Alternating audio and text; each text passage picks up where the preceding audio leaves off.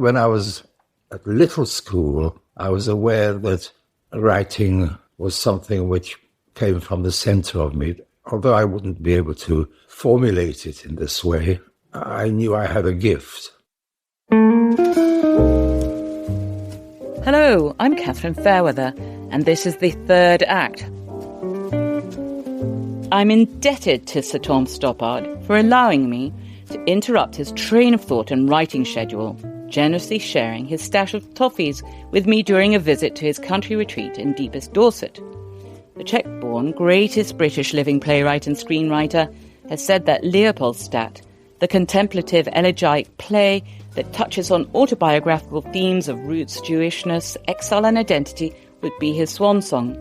But in the months since it opened to great acclaim on Broadway, we can't help getting the sense that he has still got a lot more to say, as I'm excited to discover over the course of the afternoon together. So Tom Stoppard, it's wonderful that you've agreed to do this. And I must say, I know how busy you are and how often you get asked to talk on podcasts. And I really hope this is not going to feel like going to the dentist. I'm going to try and make this as painless as possible for you. Don't worry about that at all. We were discussing how at a certain time in your life, the past begins to be more interesting than the future or the present. Have you got to that stage yet? I think I've been at that stage for a while now. As a matter of fact, I do think about the past, the distant past rather than the recent past. And I think that's probably quite normal for somebody of my age, because the past comes back with certain latent emotional layers to it. Memory in itself is interesting to me, just knowing roughly what I do remember, and then also what I've forgotten, because that comes up as well. And so, although it doesn't bother me, in effect, I'm keeping track of the rate at which I am forgetting things. And nowadays, I feel that forgetting things is what I'm best at. Forgetting your phone, or forgetting your car keys, or forgetting your... Well, forgetting the past, actually. Continually, I'm being told about some meal or some event that I was present at, and I have no trace of recollection of it. And at the same time, I'm remembering little things which happened to me when I was 8 years old. What are those memory triggers for you? For example, I was a child in India between the age of 4 and 8. Looking back on it, I always felt it was a happy time in my life, which is a bit odd because my mother and my brother and I had fled from the Japanese in Singapore in 1942. My father was killed when he tried to leave Singapore on another boat a bit later, because it was women and children first, as it were. And looking at India from my mother's perspective, she must have been continuously anxious. We didn't know what happened to my father. We didn't know that he was dead until pretty near the end of the war. My God, so years went by and she had no idea what had happened to him. Yes, she told me later that once or twice, she'd go to Calcutta and see the Red Cross or some such institution to see what news there was. And there was never any specific news about her husband. But it became clear that he hadn't survived. And in the long run, there were one or two people who'd been colleagues or friends of my father, whose name was Eugene Straussler, who were able to tell my mother roughly what happened to him. He got away on a boat which was sunk and so on and so forth. And a few years ago, quite a lot of years ago, I can't remember, I wrote an article about my childhood. In fact, I went back into my own life and went back to the Czech Republic as it had become. And I took about 3 months, I think, doing the traveling and talking and so forth. And I think it was a kind of watershed in my own life. because I've never really been anxious to look back.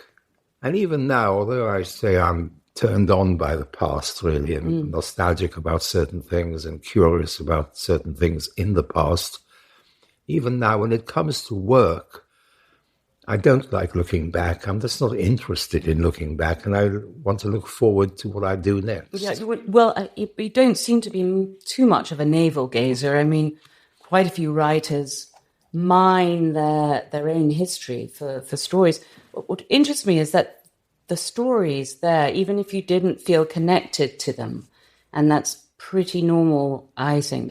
But as a writer, weren't you quite interested in all the characters and what happened to them, and the boundaries and the frontiers and history changing and the flux? And wasn't that of some interest to you?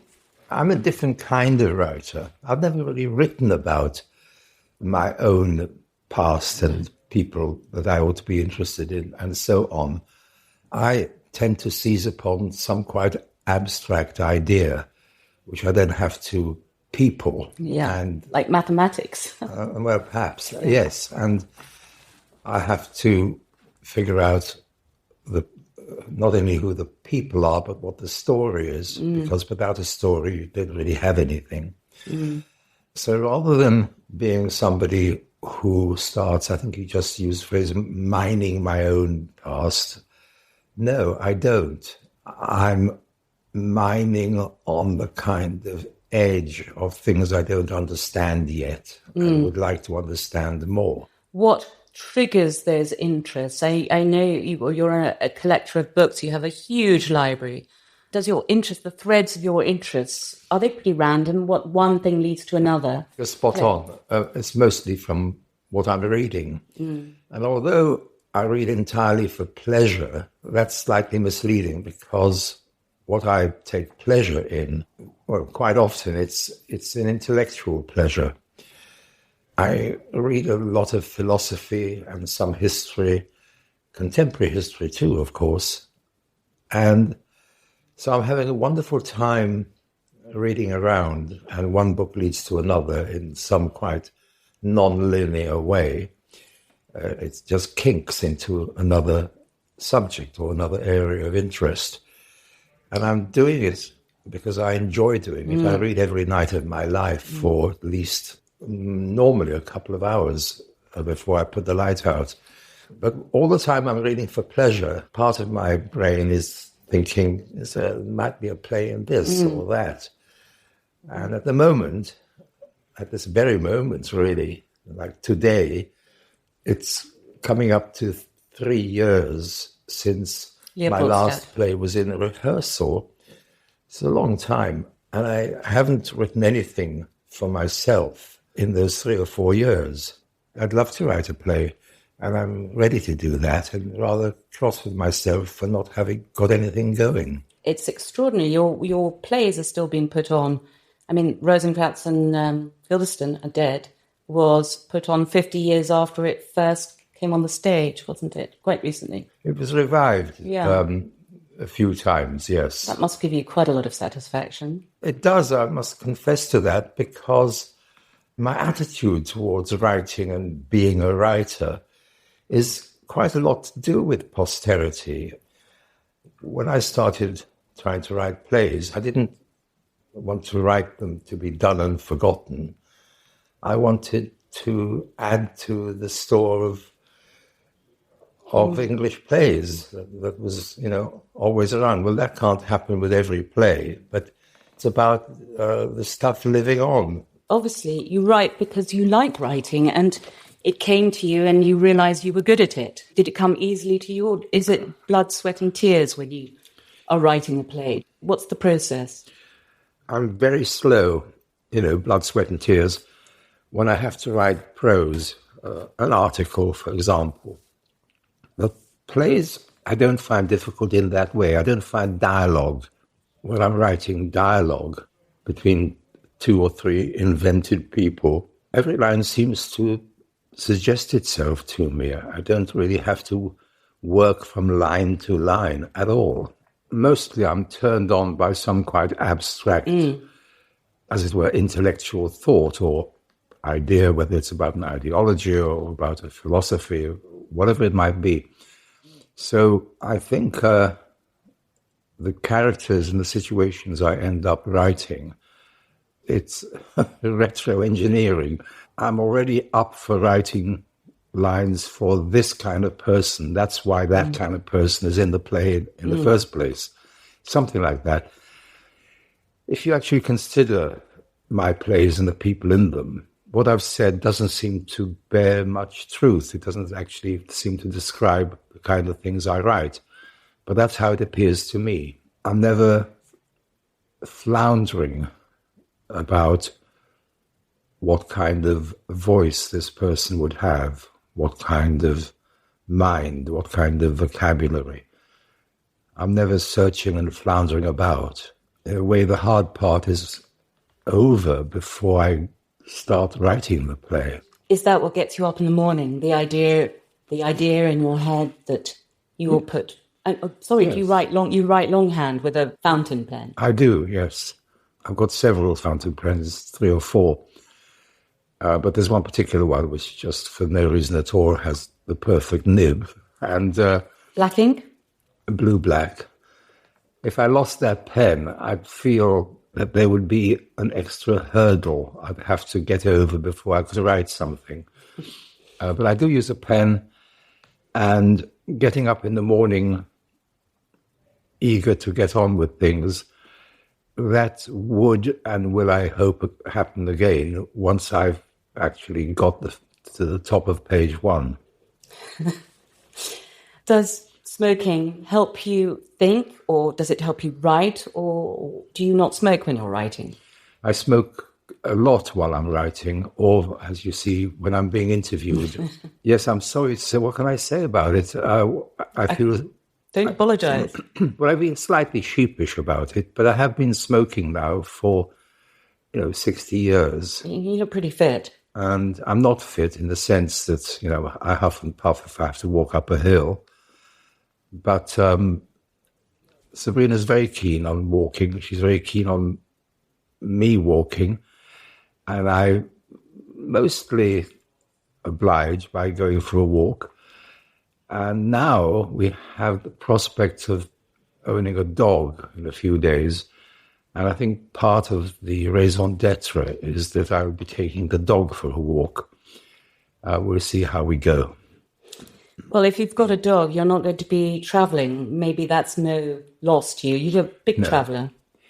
I've never been a huge traveller, but I used to be excited by travelling. I mean, very excited the first time I'd go to a country. When I was in my early 20s, crossing the Channel for the first time and seeing that the billboards in Dieppe were actually in French, one did feel like Marco Polo suddenly. And it was just thrilling. The first time you go to Italy, all of that, and indeed New York. But now everything is turned turtle, and I don't really want to leave the village, actually, but I expect I will again. Were you always a poule de luxe when you travelled, or were you a hair shirt man? Well, I was a hitchhiker, not by choice, but in my early days, I did quite a lot of hitchhiking and putting up in places where there were bed bugs and, the whole thing. It's not such a big deal when you're young.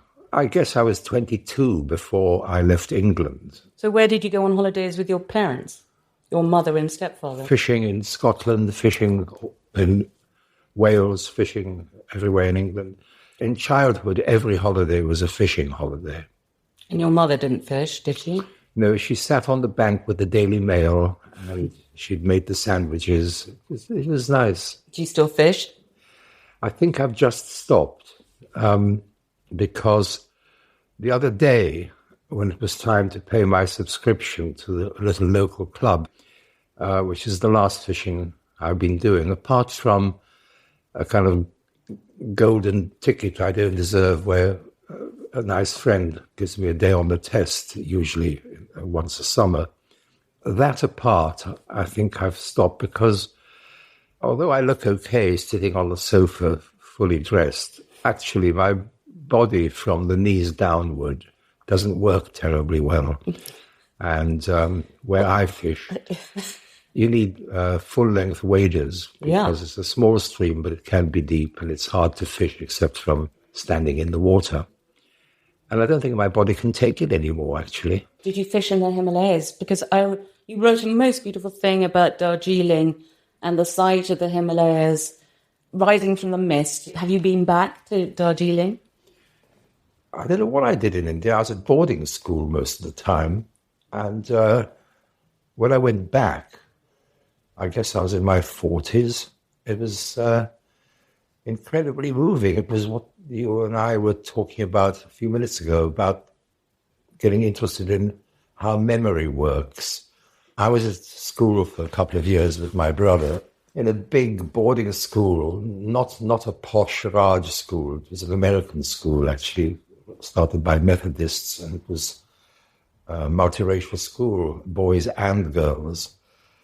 And going back to revisit and seeing the dormitory I slept in, all that was intensely moving. And also something had lodged in my mind. I don't quite know why. I think I put it into a play somewhere where I remember walking along a corridor thinking that everything was going to be okay. Everything was all right and always would be. I don't know why I had this strange moment, but I used to dream about it.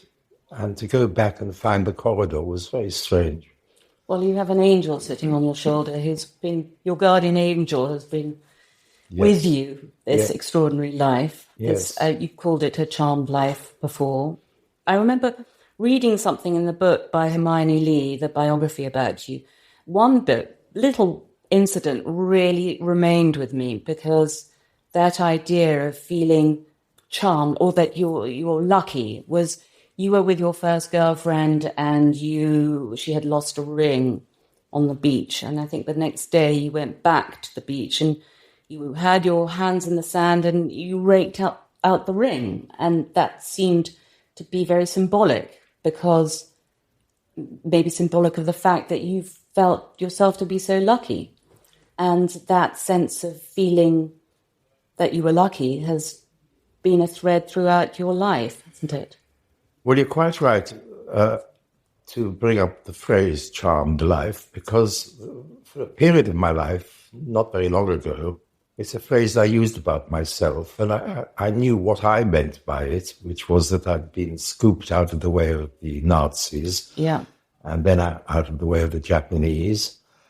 And, of course, it's tragic for my mother that my father was killed, but her English husband brought us back to England, and we might have ended up back in Czechoslovakia living under communism. So in a certain way, I could see that at certain junctures...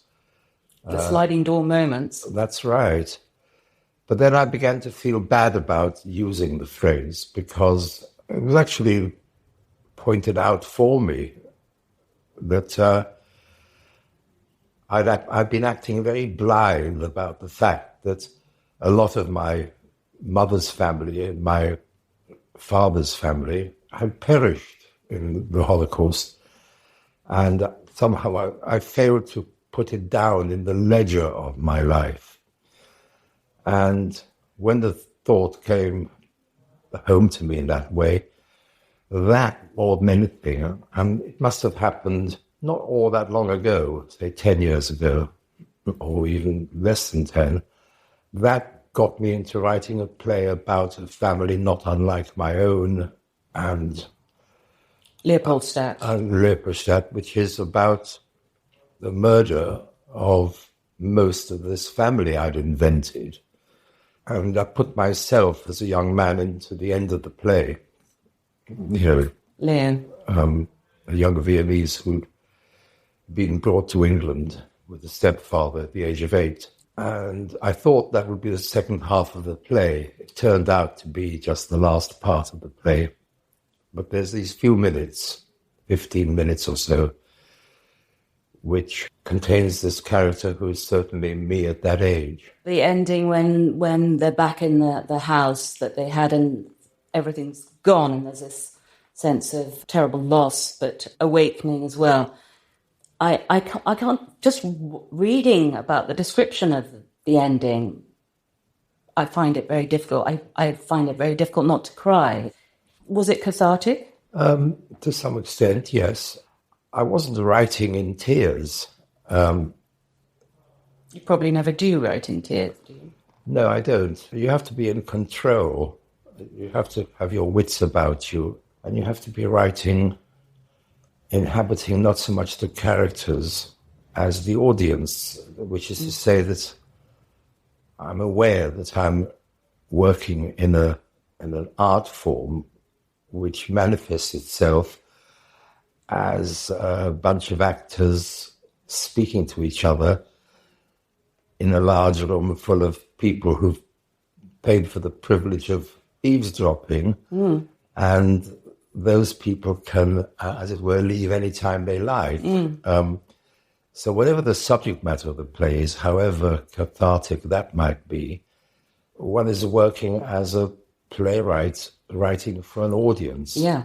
I think one of the things I've said can be slightly misleading. You do have to be in charge, but at the same time, the play is telling you which way it's going. It's not all preordained. You haven't worked it out all in advance. You're in charge of it, but it's in charge of you at the same time. So this business of creating places where one laughs or one has a tear in one's eye, these are the consequences of where your mind has taken you. They're not, as it were, the reason for writing the next line. It all sounds quite kind of poncy, really. It's slightly pretentious, but the truth is that you have to be truthful as much as you can.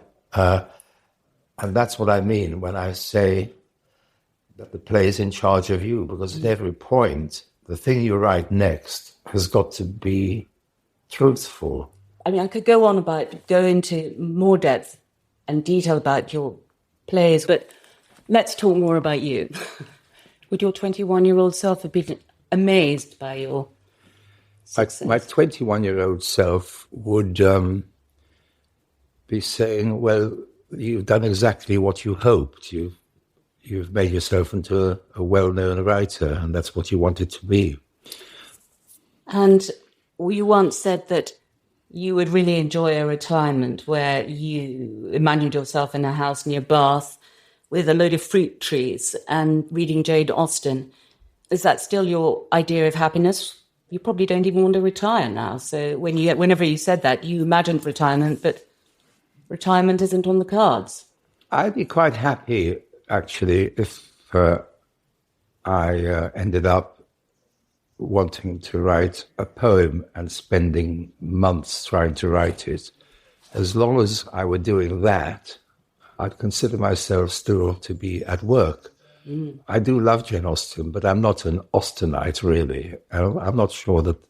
I don't remember saying that, by the way, but I'm sure I did. My mother loves reading, and I've loved reading as long as I can remember. You mentioned earlier something about discovering that you could be a writer and so forth. But when I was at little school, I was aware that writing a page about something or other was something which came from the center of me. Although I wouldn't be able to formulate it in this way, I knew I had a gift. And when you expressed that gift, when you started writing, did you feel the detached stance, the stance of the observer, outsider, important in your writing? Or when you reconnected with your Jewish, this is the second part of the question, when you reconnected with your Jewish side, did that make you feel more outsiderish or more insiderish? I'm trying to connect the very English Tom Stoppard with the outsider Tom Stoppard, who came here when he was 10 years old from everywhere, from Czechoslovakia via Singapore and India. I think we all live from the inside outwards, I think. So I was the person I was. I knew that. I was going to say I'd never be concerned with how I am perceived or observed. I'm not sure if that's entirely true, but it's not a large part of my consciousness, wondering how I'm being perceived. And you feel comfortable everywhere? You feel yourself everywhere? Yeah. I mean, quite often if I meet somebody I sort of venerate or I'm slightly in awe of, then I hear myself talking nonsense. Who do you venerate now, today? It could be anybody. I mean, I was invited to a party quite recently during Wimbledon. So I went outside the front door to have a cigarette, and there was John McEnroe. And looking back on it, I would say, to my horror, I started telling him about being a young reporter going to the West of England Tennis Championships in the mid-50s when Lou Hode and Ken Rosewall were the top players. And at the time, I was thinking, I bet he finds this absolutely fascinating. And 5 minutes later, I thought, oh, Jesus. I'm one of nature's fans. I'm not one of nature's stars. I'm a fan. I think that's pretty charming. You're often described as being quintessential Englishman. What is Englishness now? I mean... Now. It's become a fugitive idea, very elusive idea. And it certainly isn't what I thought it was, or perhaps it isn't what it used to be. It's a lot to do with the way that all kinds of nationalities meet and merge and collide and bounce off each other and join forces. When I first came to London as a teenager, spent a day walking around, it was like London before the war. So Englishness was not exactly cordoned off, but one felt that all countries were, in an extent, cordoned off from each other. It's only comparatively recently in social history that people started going to other countries regularly and often. So London now, the West End of London, on a Friday night, it's an utterly, utterly different England. In this last 2 years, have you enjoyed having all this time away from the world? You've been in this wonderful cocoon. Has it felt like a cocoon for you? Have you been able to... Well, I'm not a hermit yet, though it is my ambition, admittedly. I'm going to London less and less, true enough. And I love being in this village in Dorset. I'm very kind of self-sufficient if I've got books and pencils and pens and paper. And, of course, my periodicals coming through the letterbox. And has it made you think about endings, mortality? Death, are you talking about? Yes, I'm talking about death. Do you ever think about death and dying? I do, yes. One can't help thinking of, the human individual being a biological machine, and the bits start falling off, and the machine, starts stuttering, falling over, whatever. You can't help but thinking of the biological machine with a certain lifespan, and that it stops working, and that's it, you've gone. The tick-tock of the universe, you called it once. Yes. In the same breath, I was talking about the tock tick as well. So you're trying to recover something. Anyway, I know what you're asking me, and the answer is I don't spend a long time brooding about death. I'm 85. I know lots of people who are older than I am, and I'm also aware that the obituaries I read are most often of people who are perhaps a bit younger than I am. And come to think of it, it's probably slightly significant that when I look to see what year the person had been born in, there's always a little flare of hope that when it turns out that the person was born before I was. So it's competitive. Yeah. Obituaries. Yeah. So what happens? What do you think happens to us when we die? Do you believe in any kind of afterlife? Not in any way that is literal, no. I have some kind of apprehension about the way one dies, not of death itself. You know, you read to people about people having a stroke, and you think, oh gosh, I wonder what that's like. Will it happen to me? Or people who have a cancer or who have a heart attack. These are all possibilities. One would like to just keep going until one gets slower and slower and finally stops without ever having been actually ill. That would be perfect. What are the good things about getting older? For many people, getting older takes them out of the competition, so it's more restful than life used to be. I think I've always been quietly competitive without wanting to own up to that. Has it always been hard to finish a play for you? I mean, do you find endings difficult in your plays? No, I don't find endings difficult. As a matter of fact, I write from the top of the play to the bottom in the right order. There'll be a dozen versions of page one, and progressively fewer and fewer versions of pages. And when it comes to the last page, I don't think there's any rewriting that you actually need to do. There's only one way to go. At a certain point, you need to know exactly how your play finishes. I say that, I'm not sure it's always been true. But when it comes, you certainly know it. Well, I find it very difficult to end this conversation with you because there are so many questions I'd like to continue to ask you, but I think we must finish it. And I just want to thank you very much, Sir Tom Stoppard, for talking to me today. It's been a pleasure talking to you. Thank you.